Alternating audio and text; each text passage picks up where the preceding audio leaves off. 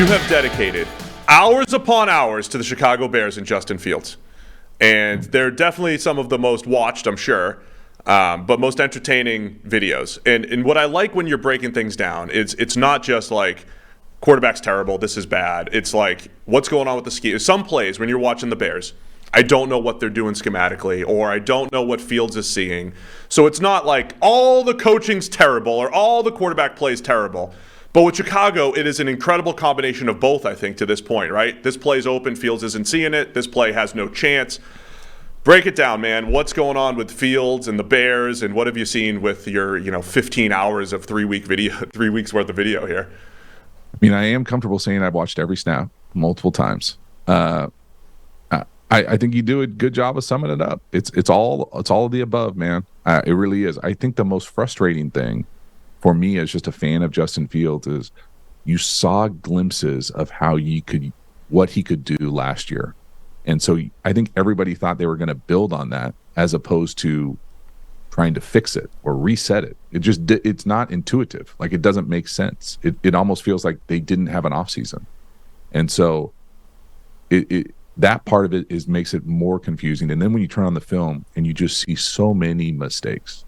And, I think it's hard to blame. You can certainly blame the scheme when you see guys standing next to each other or people missing blocks or, things that just don't make sense that would never win at any level of football. But everyone out there, you can't have, 20 plays and a half and have 15 of them have a mental error or someone making a significant mistake and be successful at any level of football. But for the Justin Fields thing, there's something that the easiest way that I can say it, and this is coming from someone who has liked Justin Fields for a long time as a player, there's something with his vision where he either doesn't trust it or doesn't see it. And so, you can only turn on the film and show his head pointed somewhere and see someone open and say, hey, you have to throw this now. There are multiple hitches where this is open. And for whatever reason, he's not. He's either being told, hey, we're not going to take any chances with the ball, or he's not seeing it. It's not making sense. Or the wide receiver's screwing him. He's not at the right depth. There are so many little things that can go into it. But when you see multiple clips like that, you don't see anybody else in the league with that many turndowns. I mean, you see guys missing throws every once in a while. And I'm not even talking about the ones that go viral. I think some of those were a little bit more muddy. I'm talking about just the innocuous, wide open slant to start a game. You have to throw that ball, dog. You have to. It's the first play of the game. Throw it. It's crazy to me. And so obviously something's not making sense. They can't keep going with the way it is. I don't think there are any easy answers.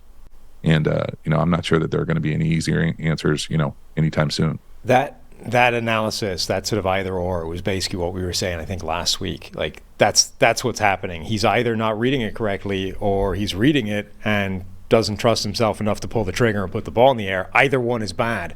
Do you have an inclination, if you were guessing, which is it? Is he not seeing it, or is he see it fine, but he's just paralyzed by whatever, the coaching, the information, the whatever, overload in his head? I mean, if I had to put it on like a which way it's leaning, yeah, I would say it's a combination of, he looks so just a shell of himself as far as the confidence to be able to rip it, that's not going to give you a chance. But I really do think, if I'm trying to make sense of the quarterback play only, he looks like he's having issues seeing what's happening. And that can be a trust thing. I'm not sure for sure what's happening. Or it can be the way that they're coaching him. Hey, dog, sometimes I was around coaches that were like, hey, verse quarters, we're going to rip that dagger no matter what. There is no read. You take 7 steps, you take a hitch, and you throw it. And if it's a pick, it's on me. And there's an element of freedom to play quarterback like that. Hey, yeah, he's got my back. I know it's going to be, he's going to take the rap if this isn't there. Well, it looks like that's not the case at all. I mean, there's no sort of trust. There's no sort of, ability for Justin to just get back there and let it rip ever. And I think you couple that with the fact that there's not a lot of space out there. The guys aren't winning.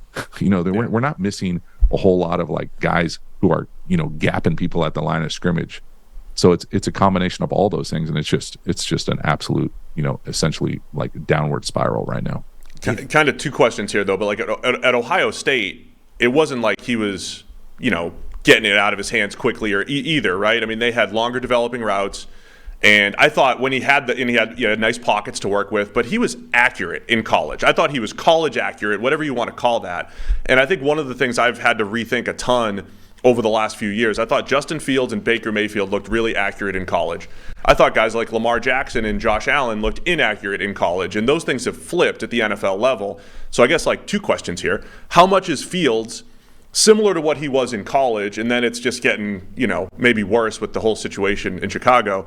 And then the whole accuracy thing, is that an overrated term because it is dependent on confidence and footwork, and you can actually scheme players a little bit to be more accurate? Have we seen that the last couple of years? Yeah, I mean, I think it's definitely something. I would agree with you on the Justin Fields thing in college. I thought he was very accurate college football player, and you have to put the caveats of what he was, that you're at Ohio State and who you're throwing to and who's blocking for you and all those types of things. Even with those caveats, to me, when I think back to Justin Fields at Ohio State, he's ripping like crossers, he's ripping deep posts. You just don't see the Bears even calling those. He's not throwing those. He's throwing never in history go balls down the sideline. Those are always going to be tough throws in the league. And so taking advantage of that skill set for Justin Fields has just seemed like a blind spot for the Bears. They have to know this too, right? In their building to create those play action opportunities. And you saw him try to create play action opportunities, but when you're keeping 8 people in and you're only getting 2 people deep, and those 2 people are not creating any sort of separation, it's tough. It's not the same as running the air raid in the Big Ten. And so trying to make sense of what that looks like, has been tough. It just felt like for Justin Fields, the thing that the overcorrection was, hey, I'm going to stay in the pocket. And whether he made that determination or they told him hey, you hold on to the ball, but sometimes you can go create. You can go backwards. You can get out of the pocket and keep your eyes down the field. You can get vertical. The thing I think he does with his legs better than anyone, and this is including Lamar Jackson, is get vertical. The vertical acceleration is unlike anyone else. And so just to have the freedom to say, hey, dog, on this play, it's 1 and run. It's 1 and run. Yeah. And I mean, that's not like a new thing. I mean, there's high school coaches all across the country that are going, yeah, that's our whole offense is 1 and run. It's an automatic 10 so it doesn't have to be like that all the time. Yeah, because that could be an automatic 10 to 15 yards for Justin Fields. And you get into a rhythm. There's an element back to the play caller thing of, hey, you got to see the ball go through the bucket, and you get a couple completions. And I know they tried to do that in the screen game, but the screen game for Justin Fields feels harder than it is for other people because it is a little bit of a longer motion. It just doesn't come off of his hand as quickly as you see other guys in that RPO, SRO world who can operate kind of just those quick throws all the time. Everything is just a little bit longer. Everything's a little bit more forced, and it creates issues on the perimeter with the blocking. And then when your wide receivers don't block, that's a whole different issue. But it's just nothing easy. That's the part that's so crazy to me. The easy part, if you're calling plays for Justin Fields, for me would be, hey, Doug, we are going to run you. We are going to get you going. And once you get into a rhythm, then we'll get you some completions. We'll get those things going, and we'll feel like we're moving the chains because right now it just feels like everything is tough. The other part I should say to that is you go back and watch that game versus the Chiefs, they have a much more robust quarterback run game. They really do. But they're not on the field, and they only call 1 of each all the time. Just get the rhythm part of it going for the quarterback position.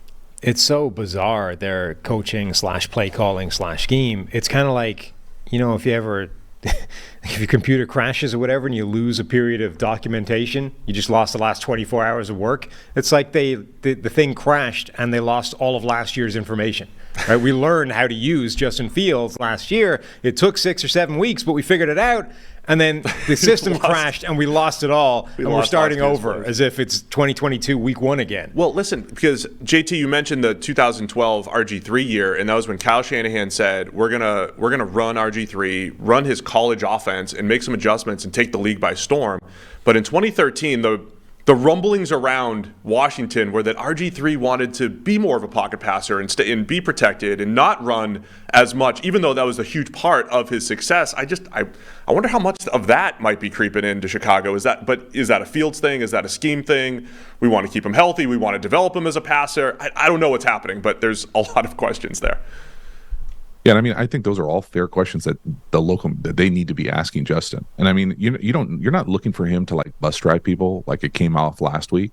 Right. But there is some level of like what do you want this position to be, Justin? Like, and I'm sure they're having those conversations about like, hey, what are you comfortable throwing? How can we get you in a position to do this? But at some point you have to allow him to be the best version of himself. And that's the part I think I get the most frustrated about, just from being a fan of the position, is he doesn't look like he's anywhere close to the best version of himself. And so that's the part, the coaching part, where I feel like it's just an unequivocal failure. You know, like that's, you can make sense. We can have conversations about the scheme, the play calling, the other errors, the personnel.